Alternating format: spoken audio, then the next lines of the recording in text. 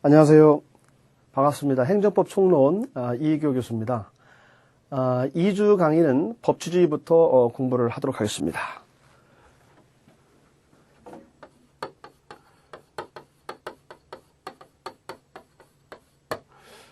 법치주의는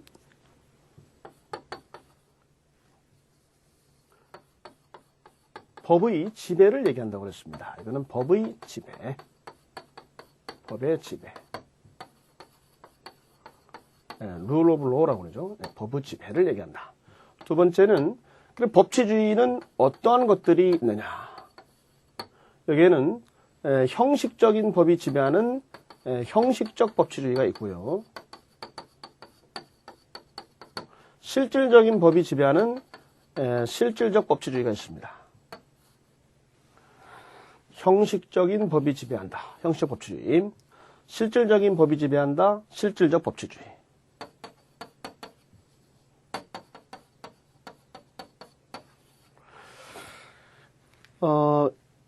요 형식이라고 하는 것은 내용의 타당성은 따진다 안 따진다. 타당성은 불문한다고 그랬어요. 타당성은 불문한다. 요거는 내용까지도 타당한 그러한 법이라고 그랬습니다. 그러면 여기에는 또 어떤 것들이 있느냐 가보면은 형식적 법치주의 속에서 다시 가보면은 법률 우위, 법률 유보의 원칙, 또 법률의 법규 창조력,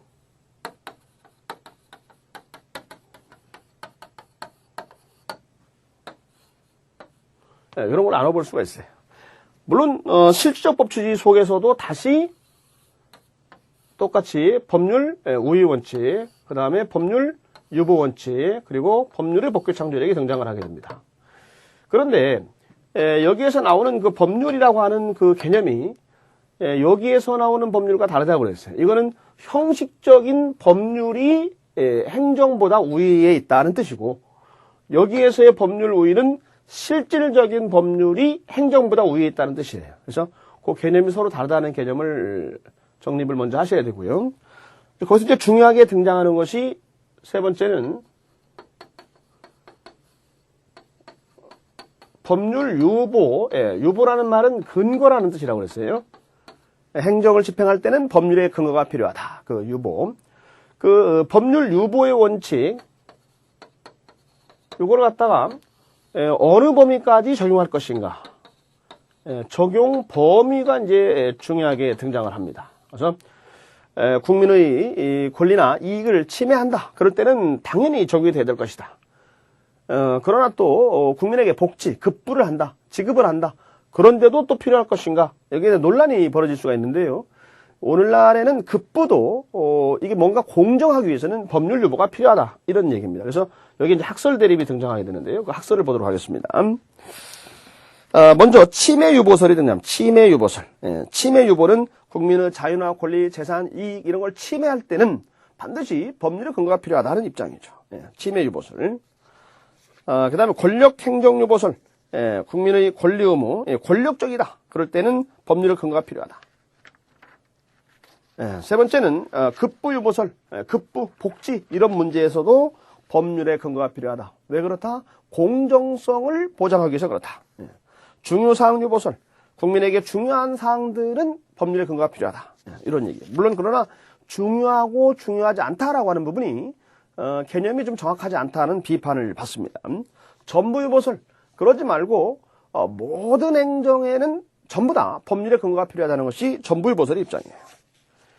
근데 그렇게 하다 보면은 아까처럼 굉장히 급박한 상황인데도 불구하고 법률이 없기 때문에 집행을 못하겠다 이렇게 하게 되면은 문제가 생길 수 있습니다. 단점이 있죠. 그 다음에 신침해 유보설. 신침해 유보설에서는 특별 권력 관계에도 역시 법률 근거가 필요하다는 입장이에요. 그 특별 권력이라는 것은 또 뭐냐 그러면은, 자 여러분, 일반 국민과 국가의 관계는 일반 권력 관계예요. 그러나 경찰 공무원이다. 그럼 공무원하고 국가의 관계는 특별 권력 관계입니다. 그래서 당신들은 공무원이니까, 경찰 공무원이니까 집회 시위를 하지 마세요. 뭐 이런 식으로 특별한 사이니까 하지 말라 이런 그 제안을 거는 경우가 있는데, 그럴 때 이제 우리가 쓰는 말이 특별한 사이다. 특별 권력 관계라고 얘기를 합니다. 근데 이 특별 권력 관계에서도 법률의 근거가 필요하다는 것이에요. 신친의 위법설입니다.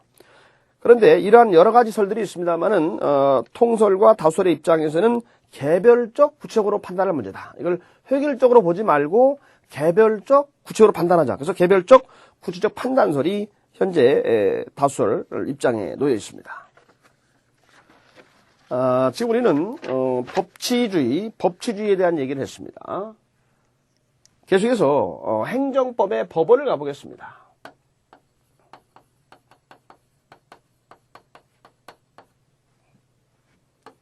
법원. 이 법원이라고 하는 것은 뭐 서울지방법원, 뭐 대법원 할 때 그런 법원이 아니고 그는 코트, 법정을 얘기하는 것이고 여기에서 얘기하는 말은 소스볼로 법의 근원을 얘기하는 겁니다. 법의 근원.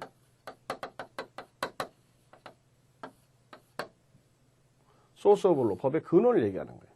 그러니까 법원이라는 것은 근원이다 또는 법의 존재 형식 또는 근원 이런 걸 얘기하는 것이에요.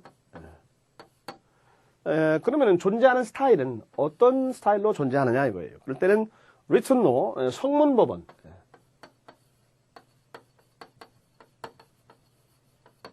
성문법원이 있고요.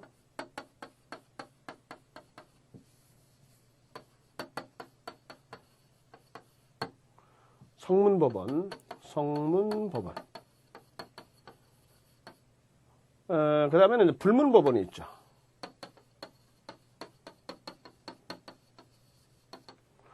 우리나라는 아까 성문법주의 국가라고 그랬어요. 우리나라는 성문법을 원칙으로 한다.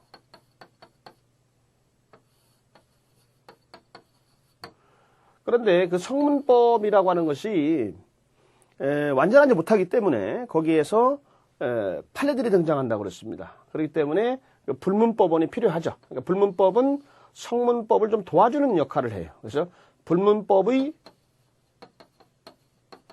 보충성이라고 그래요. 보충성. 그러면 성문법은 아까 법적 안정성이 있기 때문에 한다고 그랬는데요. 여기에는 또 뭐가 있느냐 가보면은 헌법이라든가 법률, 명령, 조례, 규칙이 있습니다. 그리고 법률과 동등한 효력이 있는 게 있는데요. 이게 바로 조약과 일반적으로 승인된 국제법규가 있습니다. 조약과 일반적으로 승인된 국제법규 나눠볼 수가 있고요. 그 다음에 불문법원에 가면은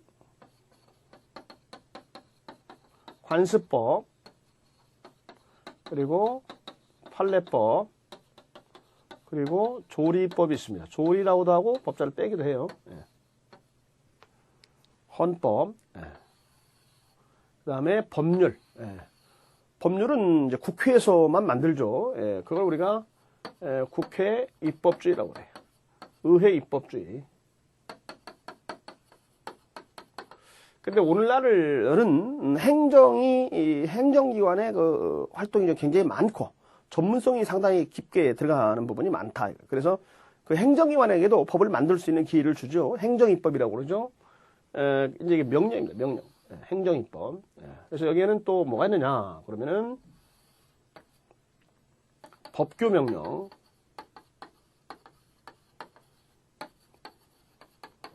또는 행정명령이 있죠. 행정명령. 또 뭐 유인명령, 집행명령 이런 것도 있고요. 이거는 이제 법규성이 있다. 법규성이라는 것은 뭐냐? 일반 국민을 구속하는 그런 힘이 있다는 것을 얘기하는 거예요.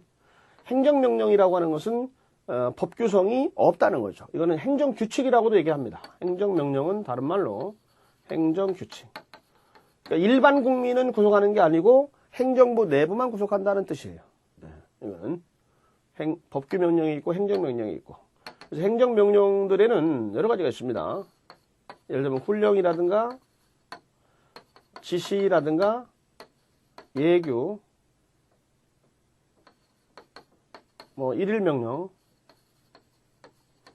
이런 것들이 있어요. 훈령. 예. 상급청에서 하급청한테 장기간 걸쳐 시행되는 것들을 대개 띄울 때 하는 것이 훈령이라고 그래요. 훈령.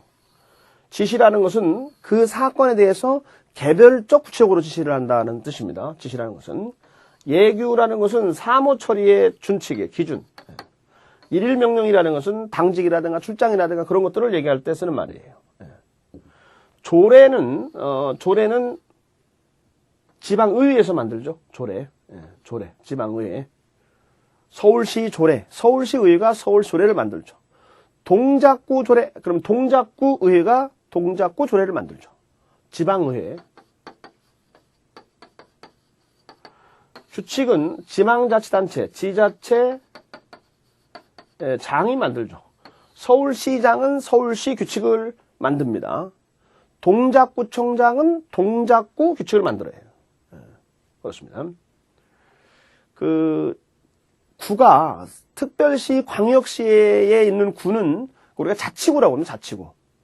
근데 특별시, 광역시가 아니고 예를 들면 뭐 청주시다, 뭐 수원시다 이런 데는 구가 자치구가 아닙니다. 그걸 비자치구라고 그래요. 그러니까 그런 데는 이제 그 비자치구이기 때문에 구에 구의회 의원이 구의회라는 게 없죠. 그런데 서울시는 이거는 구에 구의회가 있습니다. 그렇기 때문에 거기 이제 조례가 나오죠.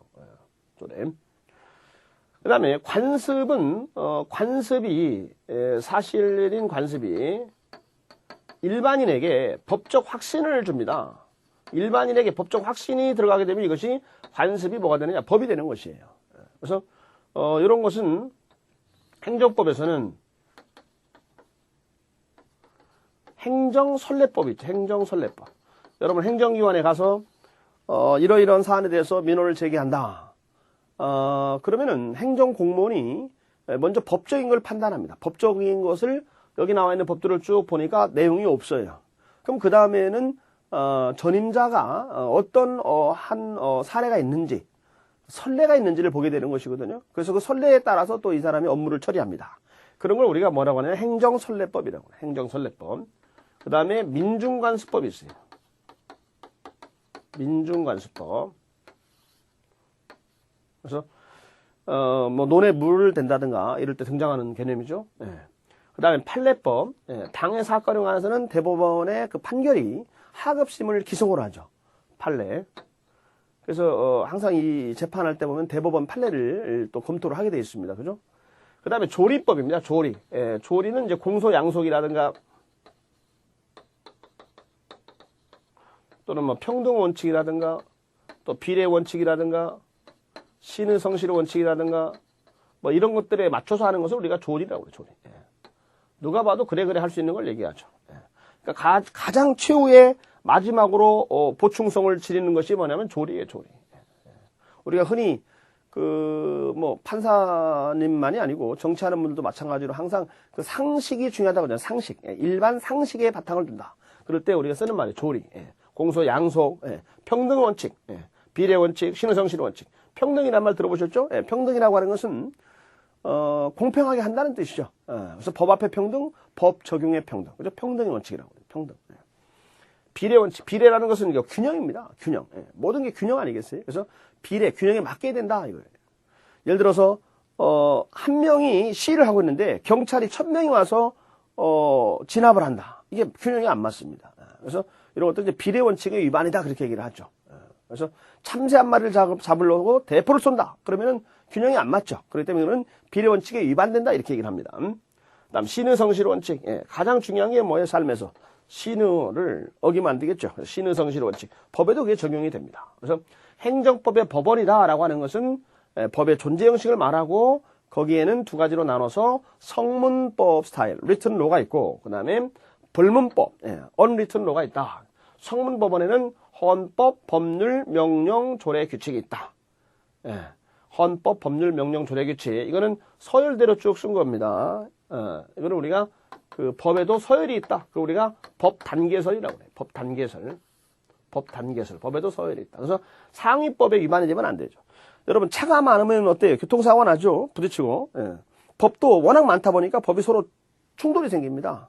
그 법에 충돌이 생길 때는 가장 기본적인 것이 뭐냐면 뭐에 위반하면 안 되겠어요? 그죠? 상위법 우선 원칙이죠. 그러니까 법률이다. 그럼 헌법 밑에 있기 때문에 법률이 헌법에 위반되면 이거 무효가 되는 것이에요. 그래서 상위법 우선 원칙이다. 상위법 우선 원칙이다. 두 번째는 특별법 우선 원칙이에요. 자, 같은 법률입니다. 같은 법률인데 예를 들어서 형법이라는 법률이 있습니다. 또 폭력행위 등 처벌법이 있습니다. 그럼 서로 충돌이 생겼어요. 그럴 때는 폭처법, 이 특별법이 우선해. 특별법은 뭘 갖다 특별법이라고 하느냐? 그러면은 그 법이 존재하는 목적이 1조에 나와 있을 때 그 특별법이라고 그래요. 왜냐하면 그 목적을 1조에다가 안 써놓게 되면은 사람들이 그 법이 왜 존재하는지를 몰라요. 그러니까 특별한 경우에만 적용한다는 거죠. 특별법은 뭐라고요? 특별한 경우에만 적용하는 것을 특별법이라고 해요. 특별법. 그 다음에 특별법끼리 충돌이 생깁니다. 그럴 때는 신법 우선 원칙이에요. 신법 우선 원칙. 그래서 법의 충돌에서는 상위법 우선이 제일 중요하고, 두 번째는 특별법 우선이 그 다음 중요하고, 세 번째는 신법 우선 원칙이 중요하다. 이런 그 기초 개념을 이해하시고요. 그 다음 명령, 헌법, 법률, 명령, 조례, 규칙, 이런 것들이 이제 없을 때는 그 다음 불문법으로 가서 관습법, 그 다음에 판례법, 조리법이 있고, 관습법에는 행정선례법과 민중관습법이 있다는 얘기죠. 자, 그러면은 교환을 보도록 합니다. 행정법의 법원은 뭘 얘기하느냐? 행정기관의 조직작용구제에 관한 법의 법원이니까 존재 스타일, 존재 형식 또는 근원, 근거, 인식 근거 이걸 말하는 것이다. 성문법원에는 헌법이 있고 그 다음 법률이 있고 그리고 법률과 동등한 효력이 있는 거 아까 조약 얘기했죠. 국가와 사이에 예를 들면 한미행정협정, 소파 그죠? 그러면 이거는 조약이죠, 조약. 그러면은 예를 들어서 미군이 용산에서 우리나라 대학교 여학생을 강제추행을 했다. 그럴 때는 어떠한 법을 적용할 것인가? 그럼 우리나라 법에 따라서 우리나라의 수사기관이 또 우리나라 법원에서 그 사람을 강제추행으로 처벌할 수 있느냐 이거예요. 그런 문제를 놓고는 그 사람이 미군이란 말이죠. 그랬을 때에 우리나라 형법을 갖다 적용할 건지 아니면 미국의 형법을 적용할 건지 이런 문제가 등장할 거예요. 그럴 때 이제 그 나라 간의 문제를 해결하기 위해서 조약이라는 게 있단 말이에요. 소파, 한미행정협정이 있습니다. 그럼 한미행정협정에 따라서 그 사람을 처리하게 돼 있어요. 그래서 예를 들어서 그 사람이 근무 시간 중에 그렇게 했다. 이렇게 되게 되면은 미국 법을 적용할 수 있게 돼 있고요. 근무 중이 아니고 쉬는 날이다. 쉬는 시간대에 그렇게 했다. 그러면은 우리나라 법에 따라 처벌할 수가 있게 됐습니다. 그게 누구 맘이라고요? 그렇죠. 한미행정협정입니다. 소파입니다, 소파. 여러분 가만히 들어보면 어때요? 여러분 만약에 동생이 강제추행을 당했다. 그러면은 우리나라 법에 따라서 이걸 화끈하게 처벌하고 싶을 겁니다. 그렇기 때문에 그 소파에 대한 아무래도 부정적인 생각이 들 겁니다. 그래서 우리가 흔히 우리가 좀 불편한 소파 위에 앉아있다 이런 얘기를 하죠. 자, 그런 문제를 그 조약입니다. 그 조약이 그러니까 결국에는 뭐예요? 조약이 그 소파라는 것이 우리나라 형법하고 충돌이 생기는 것이죠. 그럴 때는 어떻게 할 것인가? 특별법 우선 원칙, 그다음 신법 우선 원칙에 따른다 이런 얘기입니다. 그다음 일반적으로 승인된 국제법규, 유엔 헌장 같은 걸 얘기합니다. 이것도 법률과 동등한 효력이 있습니다. 그다음에 명령이 있습니다. 명령에는 두 가지가 있습니다. 법규명령과 행정명령이 있어요. 법규명령이라고 하는 것은 법규성을 갖고 있는 명령이라는 것이죠. 그럼 법규성은 뭘 얘기하느냐? 일반 국민을 구속하는 힘을 갖고 있다는 뜻이에요. 행정기관 내부만 구속하는 것이 아니고 일반 국민도 구속한다. 그걸 법규성이라고 그래요. 그 다음엔 행정명령은 법규성이 없다는 얘기입니다. 법규성이 없다는 얘기는 내부적으로 기여를 한다는 뜻이죠. 거기는 아까 훈령, 지시, 예규, 일명령이 있었어요. 훈령은 뭐냐? 훈령은 상급청이 하급청한테 띄우는 거 훈령이라고 그랬습니다. 지시라고 하는 것은 개별적 구체적인 사안에 대한 지시를 얘기한다고 그랬습니다. 그 다음에 예규라는 것은 사무처리 기준을 얘기한다고 그랬습니다. 그 다음에 일일명령은 당직 출장명령 같은 걸 얘기한다고 그랬습니다. 그 다음에 조례와 규칙을 합해서 우리가 자치법규라고 그러죠. 조례는 지방의회에서 만드는 걸 말합니다. 지방의회에서. 서울시 조례, 그럼 서울시 의회가 만든다고 그랬어요. 그 다음 규칙은 서울시장은 서울시 규칙을 만듭니다. 그래서 조례와 규칙을 합해서 자치법규라고 그러고요. 교육감이 만드는 거, 서울시 교육감이 서울시 교육규칙을 만듭니다. 그 다음에 교육위원회, 여기서는 교육조례를 만듭니다. 그리고 이 성문법이 완전하지 못하기 때문에 불문법이 이걸 도와줍니다. 불문법의 보충성이죠. 거기는 관습법, 판례법, 조리법이 있다고 그랬습니다. 관습법은 사실인 관습이 일반인에게 법적 확신을 줄 때 이걸 갖다가 법으로서 인식이 된다라고 그랬습니다. 관습법, 거기에는 행정선례법과 민중관습법이 있다고 그랬습니다. 행정절차법 그리고 국세기본법에서는 행정선례법을 명시적으로 인정을 하고 있습니다. 그 다음 판례법, 판례법은 대법원 판결에 대해서는 하급심을 기속하는 그런 힘이 있다고 그랬어요. 그 다음 조리법은 최후의 보충을 하는 성격이라고 말씀을 드렸고요. 거기는 공소양속이라든가 또는 신의성실이라든가 평등이라든가 비례원칙이라든가 이런 것들이 있다라고 말씀을 드렸습니다. 그래서 행정법 해석에서 기본적인 원리로서 되게 이제 가장 기본적인 원리로서 이제 최후의 보루 역할을 하는 것이 조리다라고 얘기를 할 수가 있습니다.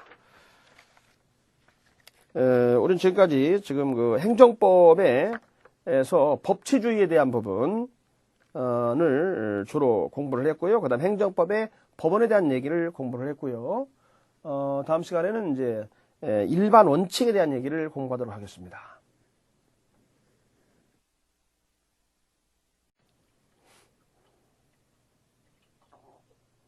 예, 계속해서 행정법의 일반 원칙을 보도록 하겠습니다. 민법, 사법에서는 여러분도 마찬가지로 여러분 개인적으로 삶에서 원칙이 아마 있을 거예요. 그죠? 뭐 몇 시에 일어나서 하루에 몇 시간씩 공부를 한다라든가 매일 뭐 몇 분씩 운동을 한다라든가 마찬가지입니다. 법도 원칙이 있는데 사법의 경우는 어떤가? 민법의 대표적인 사법의 대표적인 민법의 경우는 권리남용 금지, 권리남용 금지 원칙, 그 다음에 신의 성실의 원칙, 이게 민법의 양대 원칙이 됩니다. 그런데 이제 공법에서는 대표 누굽니까? 행정법. 그럼 행정법은 어떤 원칙이 있느냐 이거예요. 행정법의 일반 원칙. 행정법은 어떤 원칙이 있느냐 이겁니다. 그 행정법의 경우는 역시 법입니다. 법. 그렇기 때문에 평등의 원칙. 평등의 원칙. 두 번째는 신의, 역시 성실의 원칙. 마찬가지죠. 사법에서도 마찬가지였는데요. 또 신뢰 보호의 원칙. 또 자기 구속의 법리.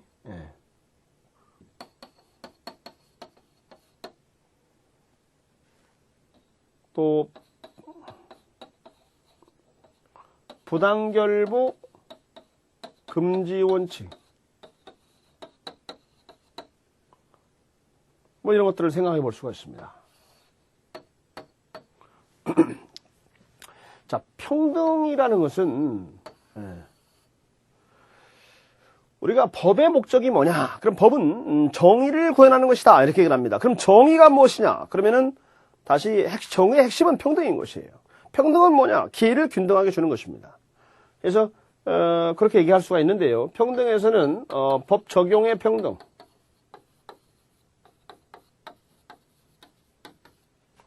또 법 앞의 평등,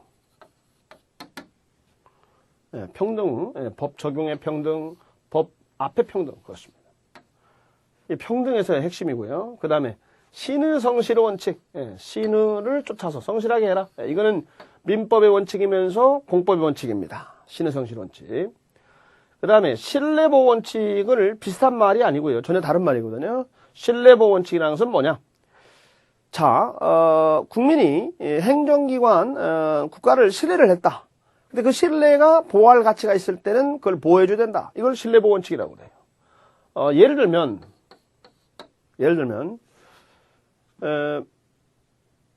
만약에 음주운전을 해서 교통사고가 났다. 그래서 거기에 따라서 뭐 벌금을 받았다. 그런데 그때 면허가 취소가 안 됐다.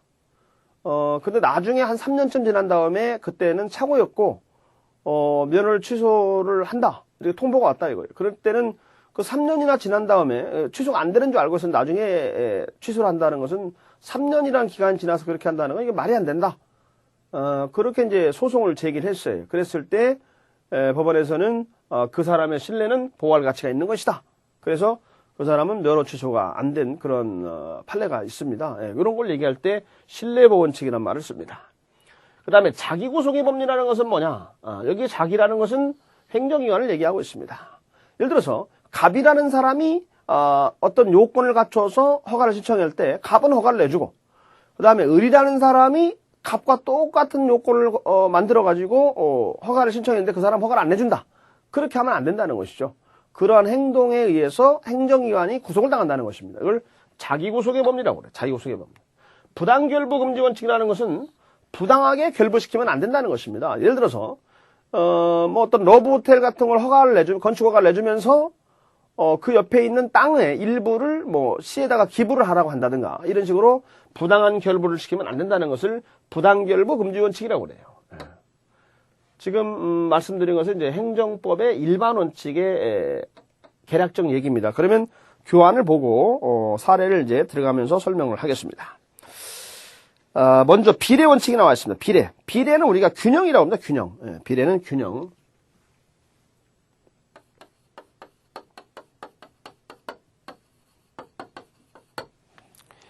비례는 균형을 말한다. 그래서 행정 목적에 적합해야 된다. 적합성 원칙 그렇습니다. 그 다음에 필요성의 원칙. 필요한 최소한도의 범위 내에서 침범해라. 이걸 최소 침해라고 그래요. 최소 침해 원칙. 그다음 누가 봐도 그래 뭐예요? 상당성의 원칙. 그래서 비례 원칙에는 세 가지의 내용이 있습니다. 비례 원칙의 내용에는 적합성, 필요성, 상당성 그렇습니다. 특히 이 경찰행정법과 관련해서 잘 등장하는 얘기입니다. 다시 가보겠습니다. 비례 원칙. 이걸 또 다른 의미로는 과잉급부 금지 원칙이라고 얘기할 수 있어요. 균형에 맞게 해라. 예를 들어서 한 명이 시위하는데 대포를 써서 그 사람은 시위를 진압을 한다. 그러면 안 되겠다는 거죠. 그건 비례 원칙에 위반이 된다. 그 말을 바꿔서 과잉, 오버한다는 거죠. 과잉급부 금지 원칙이다. 이렇게 얘기해도 같은 말이 됩니다. 거기 근거는 뭐가 있느냐 가보면은 헌법적인 것도 있고요. 그리고 경찰관 직무집행법이라든가 행정소송법이라든가 행정대집행법, 식품위생법 이런 것들이 있습니다. 여러분들 주관식 공부를 하시는 분이 있을지 몰라요. 승진시험이라든가 이럴 때 또는 간부시험이라든가 경찰 간부라든가 주관식 공부를 할 때는요. 이 어떤 말이 나오게 되면 어떤 주어지는 제목이 있을 거예요. 그러면은 거기에 따라서 서론에서는 먼저 개념이 나옵니다. 개념이 나오고 그런 얘기를 하는 논점이 뭔지를 써주게 되고요. 두 번째는 이게 이제 법 과목이다 보면은 법은 항상 근거라는 말이 나와요. 그럼 근거는 두 가지가 있어요. 법적 근거. 그 다음 법적인 것들이 좀 약할 때 이제 이론적 근거가 나옵니다. 이론적 근거가 나오게 되면 이제 학설 대립이 있다는 얘기고. 그 다음에 법에서는 어떤 것들을 효과를 발생하려면 요건을 갖춰야 돼요. 그래서 세 번째는 요건, 네 번째는 효과, 뭐 이런 식으로. 아니면 내용 이렇게 나옵니다. 그리고 이제 그 내용이 나오게 되면 문제의 해결이 나옵니다. 그래서 대개 이제 끝에 가서 결론이나 또는 뭐 해결 방안 뭐 이런 것들이 나오죠. 그러니까 다시 얘기하면 주관식 답에서는 문제점 위주로 보는 시각이 필요하고, 그리고 그 문제가 있으면 문제를 해결하기 위한 지식이 필요하고, 그 지식이 내용인 것이죠.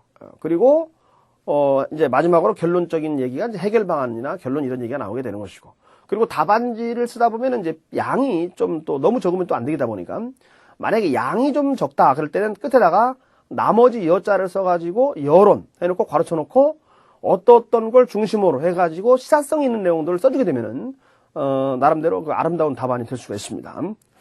계속해서 그럼 여기도 마찬가지로 근거가 등장합니다. 근거하면 이제 법적 근거가 나와 있어요. 그래서 경찰관 직무집행법이라든가 행소법이라든가 행정대집행법 또는 식품위생법 같은 거 있고요. 그다음 비례원칙의 내용. 비례원칙에는 뭐가 있느냐? 아까 얘기한 대로 적합성, 필요성, 상당성. 그래서 적합성, 필요성, 상당성. 행정 목적 달성에 적합해야 된다. 그 다음에 필요한 최소한도의 범위에서만 침범해라. 그 다음에 상당성. 누가 봐도 그래 할 수 있는, 긍정적으로 볼 수 있는 그런 것이 필요하다 이거죠.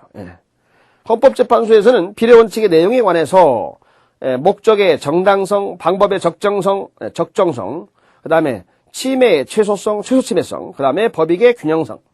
법익이라고 하는 것은 그 사람들이 길거리에서 둘이 다툰다. 다투면은 뭐예요? 왜 다툴까요? 그 사람들 나름대로의 이익이 있어 다투는 거예요. 그럼 법익이라고 하는 것은 그 이익을 다 보호하는 것이 아니고 법이 봤을 때 법적으로 보호할 가치가 있는 이익, 이걸 우리가 법익이라고 얘기를 합니다. 그런데 법익이 같은 것이 아니죠. 예를 들어서 어떤 가게에 가서 고등학교, 중학교 학생이 빵을 절도를 해서 도망을 갔다. 그 가게 주인이 따라가서 그 아이를 때려서 다리를 부러뜨리거나 죽여버렸다. 사망을 시켰다. 그러면 이게 어떻게 될까요? 이게 정당한 겁니까? 그렇지가 않죠. 왜냐 그러면은 절도라는 것은 재산의 문제고, 그죠? 재산적법이 문제고 소유권. 그런데 사람의 생명은 법익이 엄청 우월하는 것이죠. 그렇기 때문에 재산하고 비교할 수 있는 게 아니죠. 그래서 이거는 정당하다고 보지 않는 거죠. 그래서 이런 부분이 바로 문제의 핵심이에요. 그러니까 법익을 서로 비교한다. 이런 얘기입니다. 그래서 법익을 비교해서 판단할 문제가 된다. 법익의 균형성. 이렇게 얘기를 하죠. 그래서 거기 아까 얘기한 대로 경찰이 대포를 쏴가지고 한 마리 앉아있는 참새를 잡는다. 이거는 균형이 안 맞는다는 겁니다. 그래서 이걸 협의의 비례 원칙의 위반이다. 이렇게 얘기를 하죠. 그 독일 판례를 보면은 보도에 차를 주차를 해서 법을 위반했습니다. 지금 사람들이 걸어다니는 도로에다가 차도가 아니고 거기다가 차를 주차를 해놨으면 이게 법이 위반이 됐습니다. 그런데 그 보행을 하는 장소가 굉장히 폭이 넓기 때문에 지장이 전혀 없다 이거예요. 그런데 그것을 강제로 즉시 견인해가 버렸다. 이렇게 되면은 이것도 정당하지 않다고 보는 것이에요. 이게 바로 뭐냐면 협의 비례 원칙의 위반이다. 이렇게 얘기를 합니다. 그런데 이 비례 원칙의 적용은 어느 범위에서 할 것인가 가봅니다. 네 번째, 재량권의 한계 문제. 재량권의 일탈, 남용 이러면 안 되겠다. 자, 수익 처분의 취소 처리. 수익이라는 말은 줄 숫자입니다. 이익을 주는 행정행위라는 것이죠. 그래서 수익 처분을 취소 처리한다. 그럴 때도 공익과 비교를 해서 해야지 무조건 밀어붙이면 안 된다는 얘기입니다. 그 다음에 행정강제, 강제집행 이런 거 할 때도 비례가 필요하다. 행정지도라는 것은 행정기관이 지도를 한다는 것이죠. 길거리에서 질서를 위반한 사람을 행정기관이 지도를 한다라든가 또는 뭐 포장마차를 한다. 그러면 그걸 또 단속을 한다든가 그런 것들을 행정지도라고 그래요. 행정지도는 현실적으로는 이제 뭔가 행정기관이 좀 세게 하는 경우들이 있습니다만은 그러나 이론적으로는 비권력적 사실행위라고 합니다. 권력적이지 않고 비권력적이다. 그렇습니다. 부드럽게 한다. 이렇게 되어 있습니다만은 실제는 이제 심하게 하는 경우들이 많이 발생할 수 있는데요. 그러나 이론적으로는 이제 비권력적 사실행위로 보고 있습니다. 그런데 우리 행정절차법에서 이런 얘기가 나옵니다. 행정절차법에 가면은 행정지도는 목적 달성에 필요한 최소에 그쳐야 되고 행정지도의 상대방 의사에 반해가지고 부당하게 강요해서는 안 된다고 나와 있습니다. 근데 이제 만약에 담당 공무원이 행정지도를 하는데 상대방의 의사에 반해서 부당하게 정당하지 않고 부당하게 강요를 한다. 그렇게 되면은 그 담당 공무원은 행정절차법에 위반이 되는 것이죠. 그럼 법에 위반이 되면 공무원은 뭐가 되겠어요? 징계가 됩니다. 징계. 그래서 공무원의 징계 사유는 두 가지가 있습니다. 법을 위반했다 또는 품위유지 의무 위반이 있거든요. 그래서 징계가 됩니다. 징계. 그 다음에 행정계획을 세울 때도 마찬가지로 공익과 사익을 비교를 해서 잘 판단할 문제다. 비례원칙에 맞춰야 된다. 비례원칙을 위반하면 당연히 위법이 되죠. 그 다음에 행정의 부관이란 말이 나오는데요. 부관이라고 하는 것은 꼬리표를 얘기합니다. 부관이라는 것은 허가를 내주면서 당신 허가는 무조건 다 하는 게 아니고 뭐 이틀간 근무하고 하루를 쉬어라. 뭐 개인 택시를 한다든가 또는 버스를 몇 번 버스가 있죠. 그러면 그 버스가 가는 길이 있죠. 근데 그 길 이외에 나머지는 이거는 다니면 안 된다. 그 버스가 다니면 안 된다. 이런 것들을 꼬리표로 단단 말이에요. 이걸 부관이라고 그래요. 부관. 그래서 부관은 그 꼬리표를 다는 것이 행정행위 목적상 필요한 최소한도로 거쳐야지 오버하면 안 되겠다. 그렇습니다. 그런 얘기고요. 행정조사는 행정기관이 조사하는 걸 행정조사라고 하는데 역시 조사 목적 달성에 그 필요한 범위에서 최소한도로 해라는 얘기입니다. 남용하면 안 된다는 얘기고. 그 다음에 공용수용. 공용수용이라는 것은 뭐냐? 공적으로 쓸 일이 있어서 강제로 수용하는 것을 공용수용이라고 얘기를 합니다. 그래서 공공의 목적을 위해서 타인의 재산권을 국가가 강제적으로 취득을 한다. 예, 공용수용. 이럴 때도 마찬가지로 필요한 최소한도의 그쳐이지 오바를 하면 안 되겠다는 얘기입니다. 사정판결.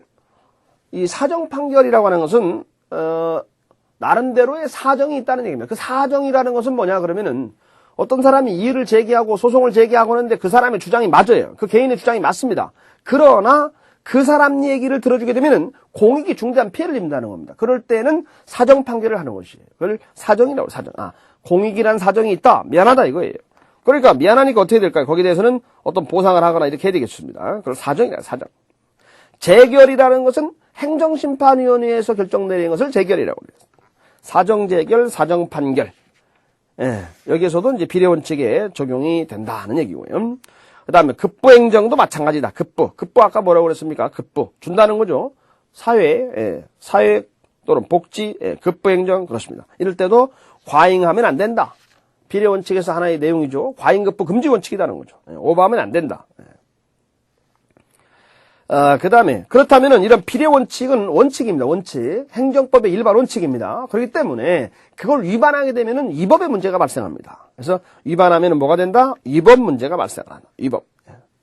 위법의 문제가 발생한다는 얘기는 비례원칙에 위반을 해서 피해를 입은 국민이다. 그러면은 위법을, 공무원이 위법을 했다는 얘기입니다. 그러면 거기에 따라 피해를 입었으면은 국가배상 청구를 할 수가 있죠.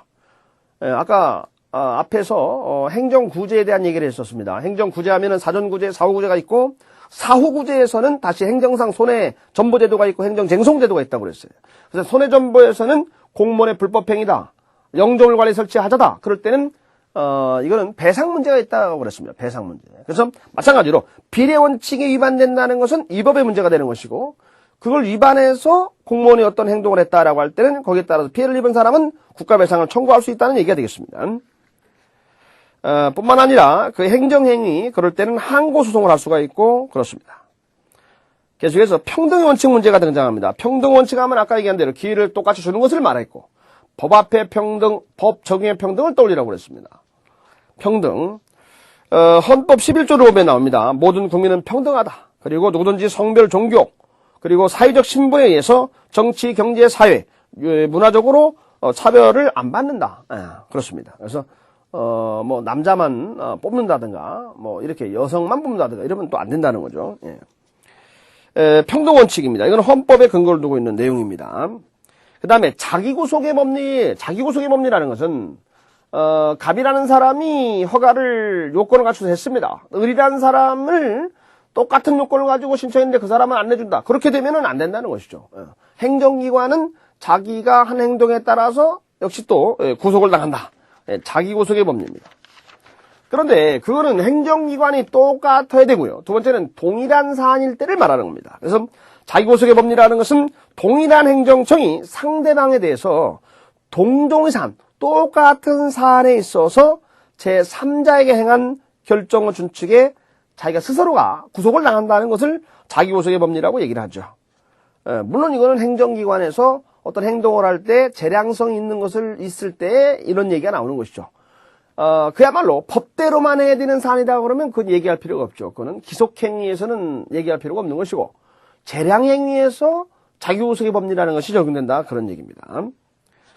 자, 근거에 관해서는 이거는 신의성실 원칙이라는 것이 있다 또는 신뢰보 원칙이라는 것이 있다 뭐 평등 원칙이라는 것이 있다 이런 견해들이 있습니다만은 평등 원칙에 근거를 해서 자기구속의 법리를 끄집어내는 것이 통설의 입장입니다. 그러니까 평등 원칙을 가지고 얘기할 때 법 앞에 평등, 법 적용의 평등 그리고 평등 원칙의 구체적인 내용 중에 하나가 자기구속의 법리다 이렇게 이해하시면 좋겠어요. 그리고 재량준칙의 법규명령으로서의 전환규범적 기능이라고 나왔습니다. 좀 어려운 말이죠. 한번 읽어보십시다. 원래 이제 그 명령에는 법규명령, 행정명령이 있다고 그랬는데 그 법규명령은 일반 국민을 구속하는 법규성이 있다고 그랬습니다. 근데 행정명령의 경우는 법규성이 없기 때문에 일반 국민을 구속하는 힘이 없다고 그랬는데요.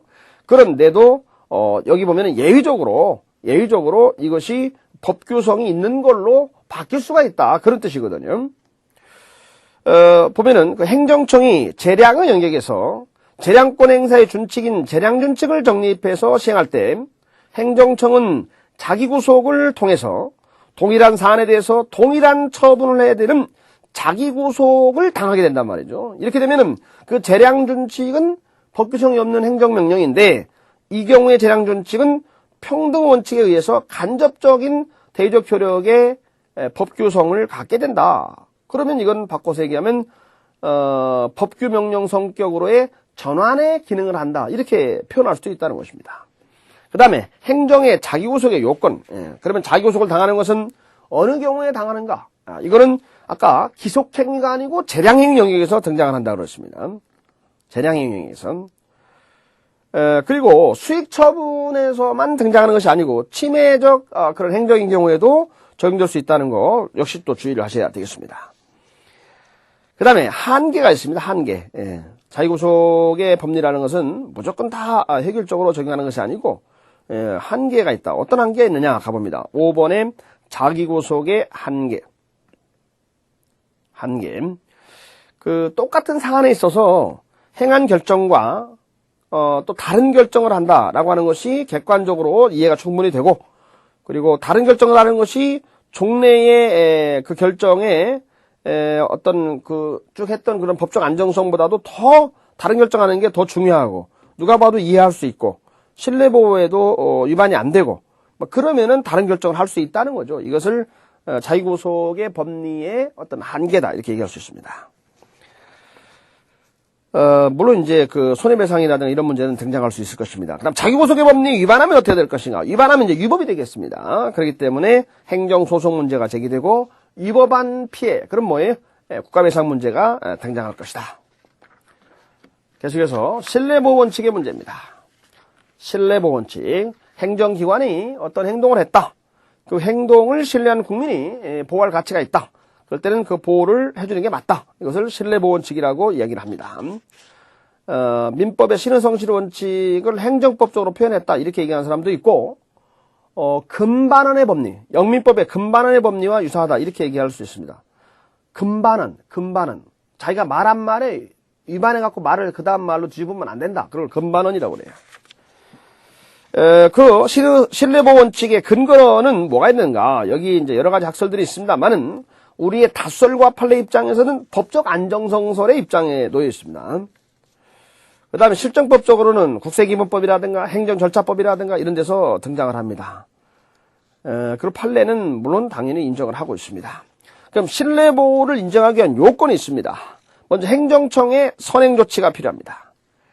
그 다음에 신뢰보호, 그 신뢰가 보호할 가치가 있어야 됩니다. 그리고 그 신뢰의 바탕을 둬서 어떤 행동이 이루어져야 된다는 거죠. 처리, 그렇습니다. 예를 들어서, 그 사람, 행정기관의 한 행동을 믿고, 10억을 투자했다. 근데 나중에 와서 그 허가를 했던 걸 없던 걸로 하자. 이렇게 되면 안 되겠죠. 그래서 그런 그 신뢰에 기초한 상대방의 처리, 후행행위가 존재해야 된다는 얘기죠. 그리고, 공익을 또는 제3자의 정당한 이익을 현저히 해칠 우려가 없어야 된다는 거죠. 그래야지 신뢰를 보여줄 수 있다. 그 다음 계속해서 가봅니다. 그러면 이 신뢰보호의 원칙에 위반하면 어떻게 될 것인가? 역시 뭐예요? 위법한 문제가 발생해요. 위법.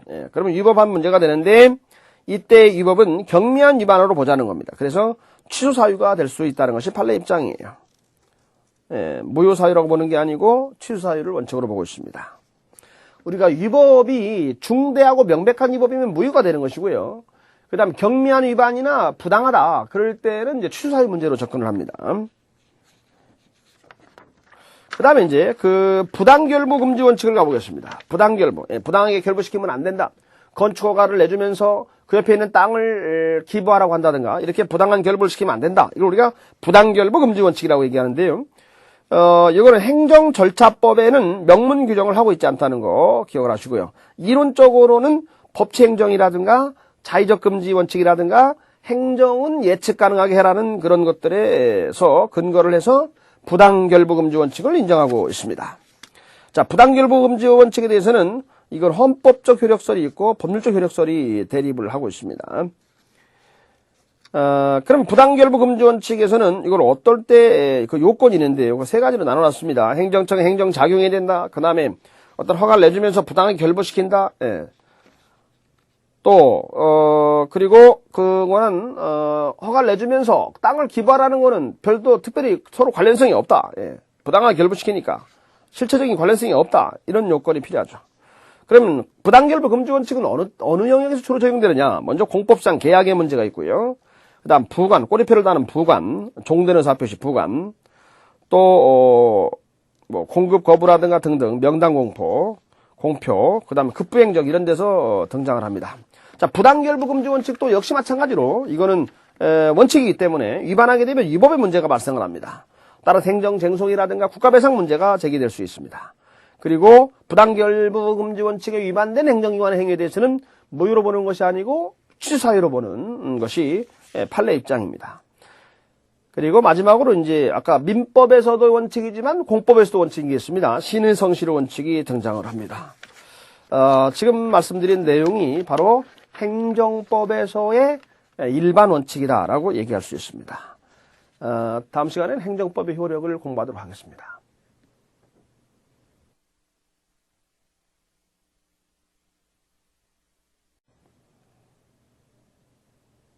네, 이번 시간에는 효력 부분을 공부하도록 하겠습니다.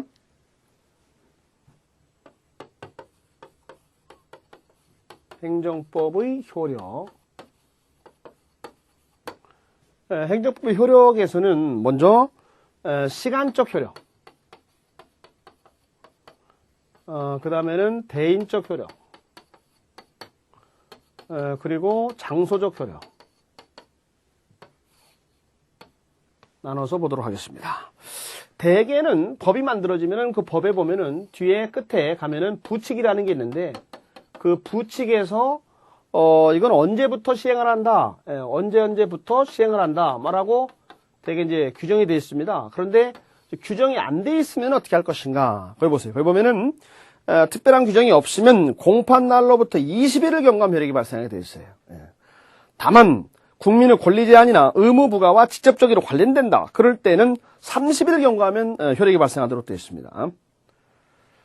그리고 이때 그 공포한 날로부터라고 공포라는 것은 뭐냐? 그러면 그 법령을 국민들에게 알린다는 거잖아요. 공포라는 것은. 그러면 그 알린다는 것은 관보에다가 올려놓는 걸 말합니다. 여러분 관보라는 그 신문이 있습니다. 관보.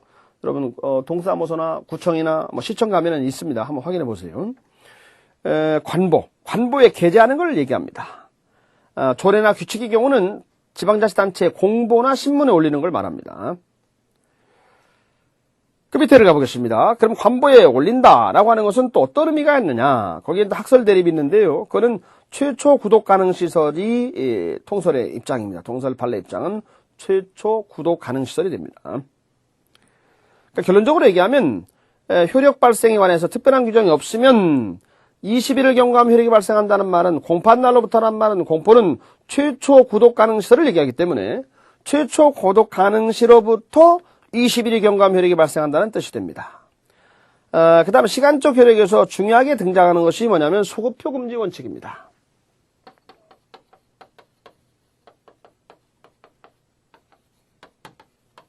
소급표 금지. 여러분 법을 만드는데 그 법을 만들어 가지고 일주일 후부터 시행을 한다. 한 달 후부터 시행한다. 그러면 이해가 되죠. 그러나 법을 오늘 만들어 가지고 내가 여러분이 만약에 한 6개월 전에 한 행동을 갖고 처벌한다. 그러면 이게 말이 안 되죠. 그렇게 하면 안 된다는 것을 소급표 금지라고 얘기를 합니다. 소급표 금지. 그런데 이제 행자에게 유리한, 행자에게 이익을 준다. 이익을 준다는 말을 시혜라고 그래, 시혜. 그래서 시혜적인 소급임법, 이익을 줄 때는 가능할 수 있다는 거죠. 그게 질서 위반행 규제법에 나오는 얘기입니다. 시혜적인 그런 소급입법은 가능할 수 있다. 그 다음에 한시법 문제가 또 등장합니다. 한시법.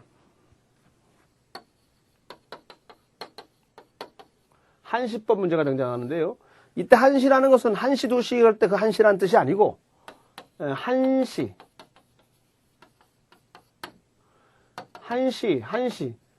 어떤 시간을 정해놓고 그때만 법이다 이런 얘기입니다. 예를 들어서 금년도 1월 1일부터 12월 31일 날까지만 시행하는 법이다 라고 써있다 이거예요. 부칙에. 그러면 이건 뭐예요? 한시법이 된다는 것이죠. 그래서 한시법 문제가 등장을 하는데요. 부칙에서 그렇게 정해놨을 때는 12월 31일을 지나게 되면은 이 법은 자동으로 사라지게 된다는 얘기죠. 근데 이제 문제는 뭐냐 그러면은 만약에 그 법이 금년도 1월 1일부터 12월 31일 날까지만 시행한다라고 하게 되면은 12월 달 가서는 그 법을 위반한 사람이 엄청 많아질 수가 있어요. 그럴 때에 재판은 결국에는 내년도로 넘어간단 말이죠. 그러면 내년도로 넘어가서 재판할 때는 그 법이 현재 존재하지 않는다는 얘기입니다. 그러면 이 사람을 처벌할 수 있느냐의 문제가 또 등장할 수 있어요. 그때 만약에 부칙에서 나중에 그 법이 없더라도 처벌할 수 있다라고 명문화되어 있으면 처벌하는데 별 무리가 없겠습니다. 그러나 부칙에서 그런 얘기가 전혀 없다라고 할 때는 이게 학설의 대립으로 넘어가게 됩니다. 그래서 거기 보면은 처벌할 수 있다는 입장, 처벌할 수 없다는 입장 또는 절충설이 있는데요. 우리 판례는 동기설의 입장을 취합니다. 절충설의 입장을 취해가지고 법률의 변경의 동기가 법적 견해의 변경일 때는 처벌할 수 없는데 단순한 사실관계의 변화일 때는 처벌할 수 있다. 해서 절충설을 취하고 있습니다. 동기설. 동기, 무슨 동기? 법 변경의 동기. 법 변경의 동기. 동기가 법적 견해를 바꿨으면 처벌할 수가 없다 이거예요. 그러나 단순한 사실관계의 변화다. 그럴 때는 처벌할 수 있다는 거예요. 지역이 나옵니다. 지역. 여러분 로마에 가면 로마법을 따르라는 얘기를 들어보셨을 겁니다. 그거 바로 속지주의를 얘기합니다. 속지주의. 속지주의. 그래서 예를 들어서 서울시 조례. 그러면 서울시 안에서만 적용한다는 거죠. 대통령령. 그러면 대통령은 서울시 대통령입니까? 아니잖아요. 전국 대통령이잖아요. 그러니까 대통령령은 전국에 다 적용이 되겠죠. 그래서 이런 걸 따지는 것을 얘기합니다. 이런 걸 속지주의 문제다라고 얘기를 하죠. 예외가 있습니다. 제주 국제자유도시특별법이라든가 원칙은 이제 법은 전반적으로 적용이 되지만 예외적으로 그런 제주만 적용되는 그런 경우도 있다. 조례도 마찬가지. 서울시 조례 그럼 서울시에만 적용이 된다. 그러나 대통령령, 부령은 전국에 적용이 된다. 그렇습니다.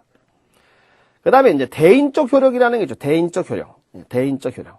여러분, 만약에, 우리나라 사람이, 우리 뭐 연예인들 보면은 뭐 외국 가서 도박하다 걸려가지고 나중에 우리나라 와서 처벌받는 거 보셨을 거예요.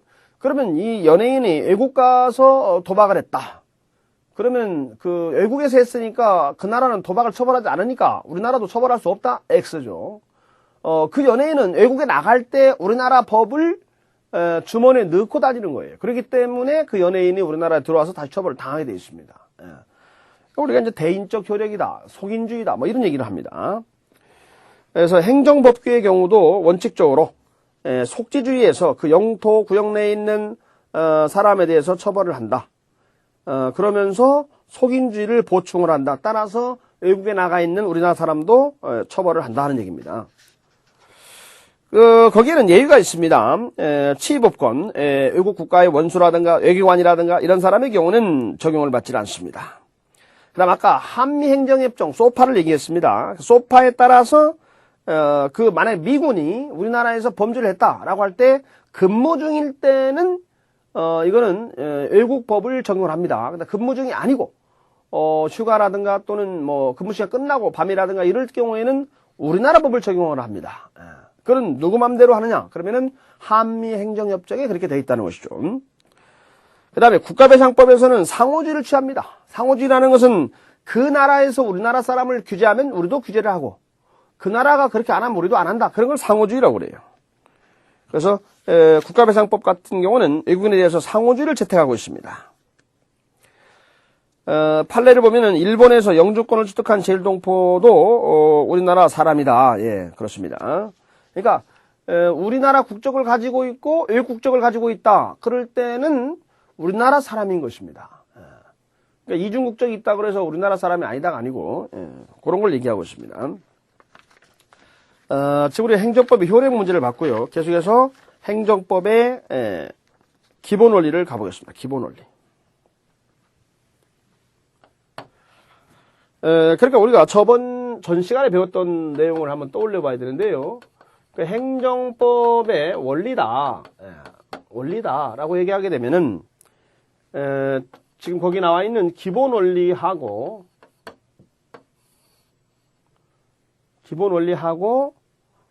그다음에 일반 원리.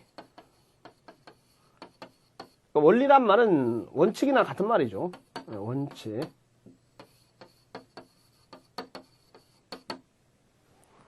같은 표현입니다.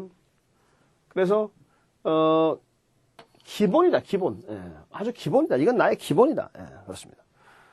그 행정기관이 있는 이유가 뭡니까? 행정기관이 있다는 것은 국민을 인간답게 살게 하기 위한 그런 데 초점이 있죠. 그러니까 이건 무슨 주의입니까? 복지주의. 그죠? 복지주의. 복지. 근데 배만 부르다고 복지가 되는 것은 아닙니다. 그렇기 때문에 법대로 하자. 뭐예요? 법치주의. 그런데 이게 이제 국민의 의사가 존중되는 거야 되겠죠. 그러니까 뭐예요? 국민을 주인으로 모시는 민주주의. 현대 국가에서 가장 중요한 것은 민주와 법치를 전제로 하는 복지국가가 되겠습니다. 그래서 민주, 법치, 복지. 그렇습니다. 또 여기에서 또 지방자치가 나오죠. 지방자치. 지방자치, 지방분권주의. 지방분권주의. 그렇습니다. 우리나라는 행정법원이 있습니다. 그러나 그 행정법원은 행정부 산하에 있는 게 아니고 사법부 산하에 있습니다. 그렇기 때문에 행정국가주의입니까? 사법국가주의입니까? 사법국가주의라고 하죠. 사법국가주의. 그렇습니다. 복지, 그 다음에 법치. 아까 법치, 법의 지배를 얘기하는데 그 법이라고 하는 것은 형식적인 법이라고 그랬습니까? 질적인 법이라고 그랬어요? 오늘날은 무슨 법치? 그죠. 실질적 법치주의 보편화 시대라고 그랬죠. 실질적 법치주의의 보편화 시대다. 그러니까 실질적인 법이라는 것은 내용이 타당한 법의 지배를 얘기한다고 그랬습니다. 오늘날에는 내용이 타당한 법들이 일반적으로 지배하고 있다 이런 얘기죠. 그다음 민주 국민을 주인으로 모신다. 민주 지방분권주의, 지방자치. 그다음에 행정법원, 사법국가주의. 행정법원이 있긴 있지만은 그것은 행정부 산하에 있는 것이 아니고 사법부 산하에 있기 때문에 사법국가주의라고 얘기를 합니다. 그리고 일반 원칙, 일반 원리의 문제를 가보면은요. 일반 원리 문제를 가보면은 먼저 법은 중요한 게 뭐겠어요? 비례 원칙. 비례 원칙. 비례 원칙은 적합성, 필요성, 상당성, 비례 원칙. 평등의 원칙. 평등의 원칙. 법 앞에 평등, 법 적용의 평등. 그렇습니다. 그리고 자기구속의 법리. 자기구속의 법리가 있다고 그랬어요. 자기구속의 법리. 그리고 시인의 성실의 원칙. 그리고 신뢰보호의 원칙. 신뢰보호 원칙. 그렇습니다. 그리고 부당결부 금지 원칙. 부당하게 결부시키면 안 된다. 그렇습니다. 그래서 비례 원칙, 평등의 원칙, 자유구속의 법리, 신뢰성실의 원칙, 신뢰보호 원칙, 부당결부 금지 원칙, 이런 것들이 이제 일반 원리라고 이야기를 하고, 복지주의, 법치주의, 민주법치를 바탕으로 하는 복지주의. 그렇습니다. 또 지방자치, 지방분권주의, 사법국가주의 이런 것들은 기본 원리. 요 세 가지만 들어서 기본 원리 이렇게 하는 경우도 있어요. 교수님에 따라서는. 그 다음에 일반 원칙. 그래서 기본 원칙, 일반 원칙을 합해서 그냥 행정법의 원칙. 이렇게 해서 전체를 묶어서 얘기하는 그런 스타일의 그 교수님도 계시고, 지금 말씀드린 것처럼 이렇게 나눠서 하는 분도 계시는데, 나눠서 하는 분들이 되게 이제 보편적인 스타일입니다. 자, 그럼 한번, 교환의 내용을 보도록 하겠습니다. 행정법의 기본 원리 그랬습니다. 기본 원리를 가보시면은, 지방분권주의입니다. 지방분권주의. 지방자치를 얘기하는 거죠. 민주주의인데, 민주주의에서 하나의 내용으로 들어가서 지방자치. 지방자치. 그 지방의 나름대로 특수성이 있기 때문에 지방 스스로가 지방을 다스리게 해주자는 것이죠. 예. 이제 기능적 권력 분립이란 말도 씁니다. 기능적 권력 분립에도 기여를 한다. 두 번째는 민주주의입니다. 민주주의. 민주주의는 행정 조직적 측면하고 작용법 측면으로 나눴습니다. 행정 조직 측면. 민주는 국민을 주인으로 모십니다. 그래서 선거를 통한 대통령 선출이라든가 국회의원을 뽑는다라든가 그런 것들도 있고요. 그렇게 하다 보면 이제 행정기관을 대통령이 자기 마음대로 어떤 건 엄청 이렇게 비대하게, 어떤 건 너무 축소하게 이렇게 할 우려가 있습니다. 그렇기 때문에 대통령 마음대로 그걸 마음대로 못하게 하기 위해서 국회가 만든 법률로 해야 된다는 것이죠. 그걸 다른 말로 행정기관 법정주의라고 그래요. 행정기관 법정주의.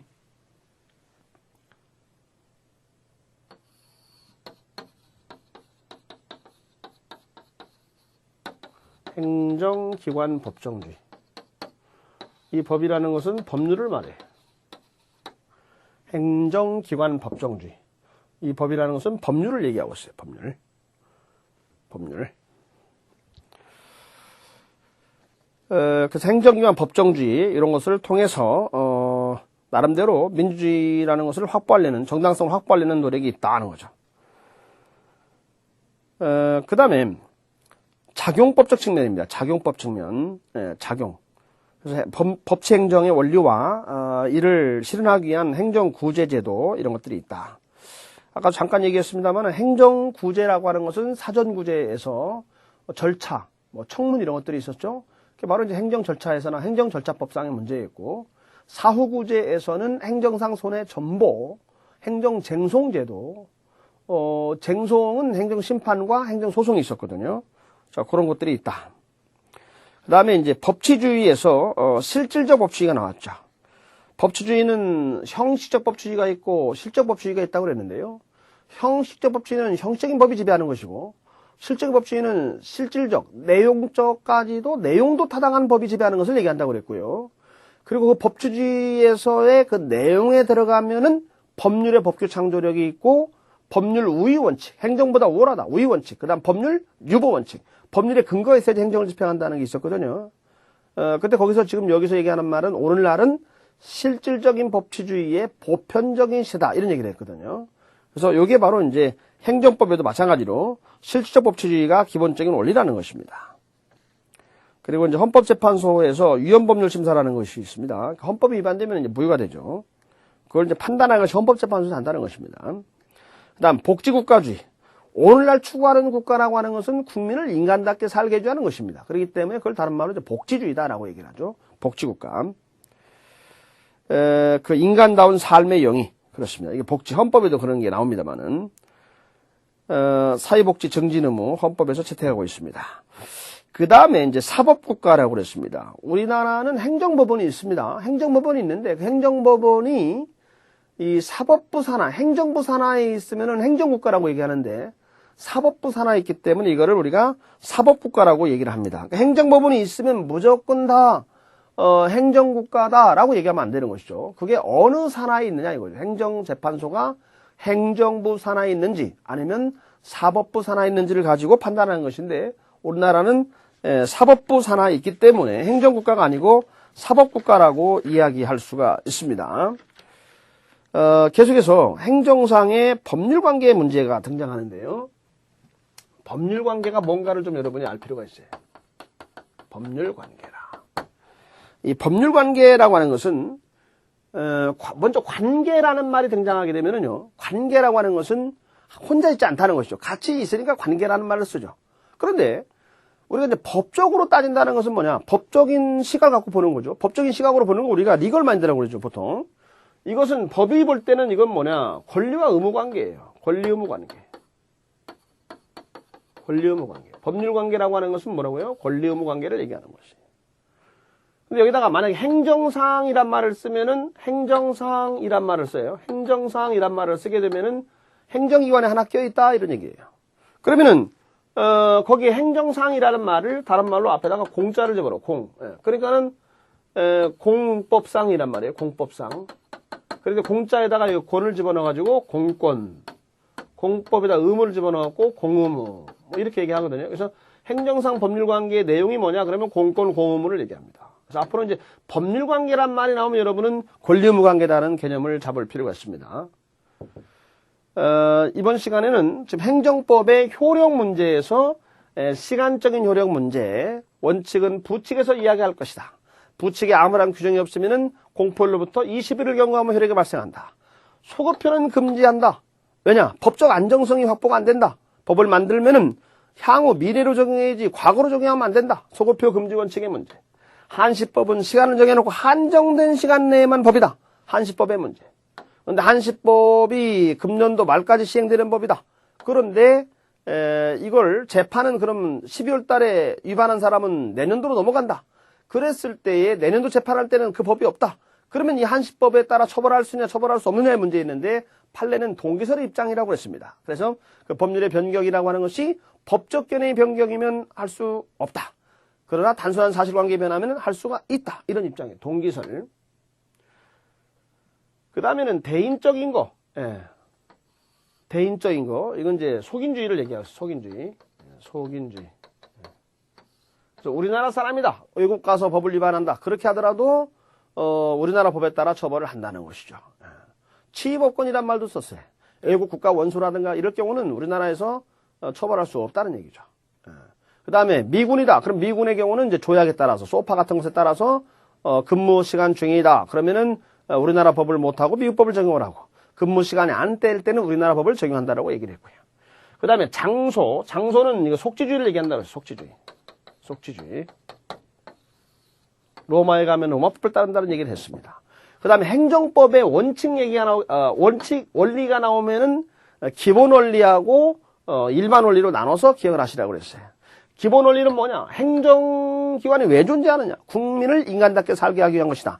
따라서 복지국가를 추구하는데 그 복지라고 하는 것은 무조건 배만 불러도 되는 것이 아니라 법에 따라서 그리고 국민을 주인으로 모셔야 되기 때문에 민주주의와 법치를 전제로 하는 복지라고 했습니다. 그리고 민주에서 하나 끄집어내서 지방분권, 지방자치를 집어넣기도 하고 그 다음에 우리는 행정법원이 있지만은 사법부 산하에 있기 때문에 행정국가가 아니고 사법국가라고 하는 것도 집어넣어서 얘기하기도 합니다. 그냥 세 가지만 얘기하기도 하고 집어넣어서 얘기하기도 하고 그 다음에 일반적인 원칙이다. 이거는 기본이었고 이거는 일반이다. 일반일 때는 다시 비례, 균형을 얘기하고 비례 원칙에는 다시 적합성, 필요성, 상당성의 원칙이 있고 평등 원칙은 법 적용 평등, 법 앞 평등, 그리고 자기 구속의 법리라는 것이 있다고 그랬습니다. 그리고 신의성실 원칙, 그리고 신뢰보호 원칙, 행정기관을 신뢰한 사람, 그 사람의 신뢰가 법적으로 보호할 가치가 있다. 신뢰를 보호할 가치가 있을 때는 신뢰를 보호해주자는 것이죠. 부당한 결부를 하면 안 된다. 그렇습니다. 그래서 이러한 원칙들은 위반하게 되면은 위법의 문제가 발생하고, 위법 문제가 발생하면은 국가배상 문제가 등장하게 될 것입니다. 그리고 소송 문제, 행정소송할 수 있는 문제가 등장합니다. 이렇게 그 기본적인 틀을 잡아서 여러분이 이해하시면 될 것 같습니다. 지금까지 2장을 공부를 했고요. 다음 시간에는 이제 행정상의 법률관계 3장으로 이렇게 들어가도록 하겠습니다. 수고하셨습니다.